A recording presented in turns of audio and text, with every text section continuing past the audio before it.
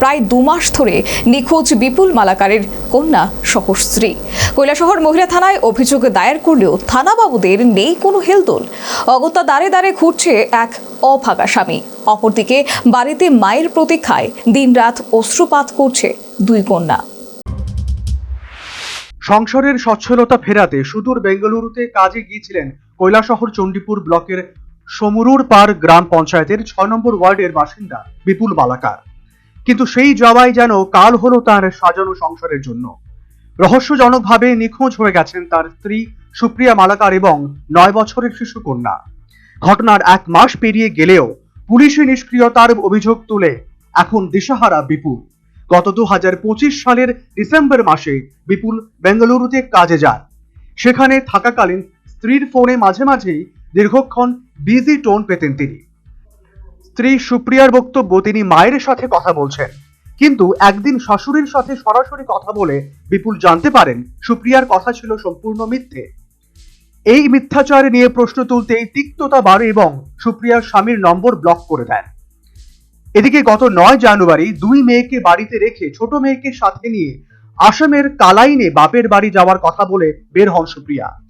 10 জানুয়ারি পর্যন্ত পরিবারের সাথে যোগাযোগ থাকলেও 14 জানুয়ারি হঠাৎ বিপুলের শাশুড়ি ফোন করে জানান সুপ্রিয়া 4 দিন ধরে নিখোঁজ।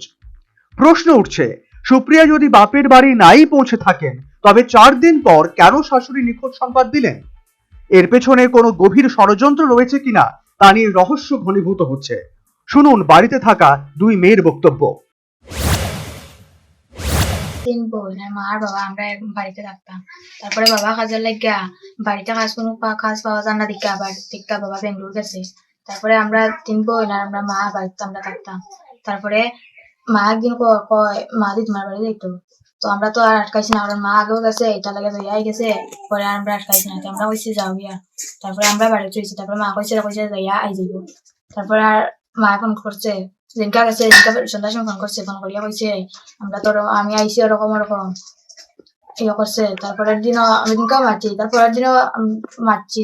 তারপরে ফোন করিয়া জিগাইছি তুমি কোথাও, তারপরে কইছেন কিছু করলা না বা তো খাইছো। তারপর তারা এখানে একটা স্টেশন আছে, স্টেশনের মধ্যে গেছো যাইয়া তারা এখানে বই থাকছো। তারপরে হঠাৎ কইরা সন্ধ্যাবেলা আমার দিদিমা ফোন করছো, ফোন কইরা তোর মা কই, তোর মারে তো 3-4 দিন থেকে খুঁজে পাওয়া যান না, তোর মা নিখোঁজ।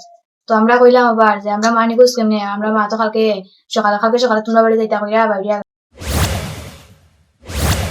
এদিকে বেঙ্গালুরু থেকে তড়িঘড়ি ফিরে এসে গত 22 জানুয়ারি কৈলাসহর মহিলা থানায় নিখোঁজ ডায়েরি করেন বিপুল। এরপর সুপ্রিয়া 2টি ভিন্ন নম্বর থেকে ফোন করে জানান যে তিনি ভালো আছেন এবং তাকে যেন খোঁজা না হয়।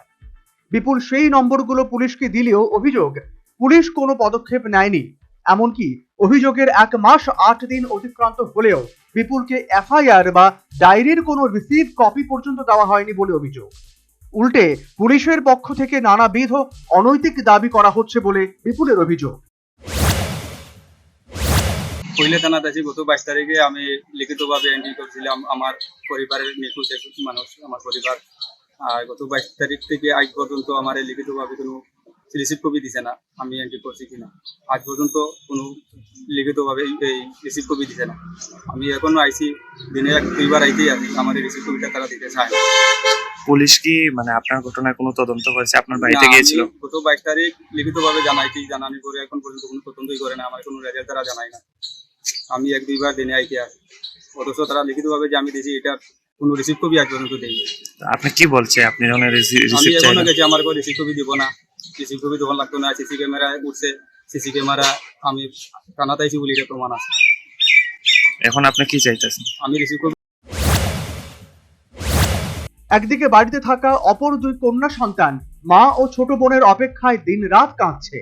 একদিকে স্ত্রী সন্তানের দুশ্চিন্তা, অন্যদিকে পুলিশি হয়রানি ও আর্থিক অনটন, সব মিলিয়ে বিপুল মালাকারের জীবন এখন দুর্বিষহ।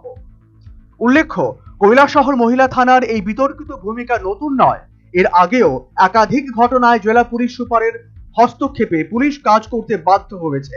সচেতন মহলের প্রশ্ন, গরিব রাজমিস্ত্রির পরিবার কি তবে ন্যায় বিচার পাবে না? কেন পুলিশ তথ্য থাকা সত্ত্বেও তদন্তে গড়িমসি করছে? বর্তমানে স্ত্রী ও সন্তানের ফিরে আসার পথ চেয়ে দিন গুনছেন বিপুল। এখন দেখার জেলা পুলিশ প্রশাসন এই অসহায় পরিবারটির দিকে সহায়তার হাত বাড়িয়ে দেয় কিনা। Bureau report, news vanguard.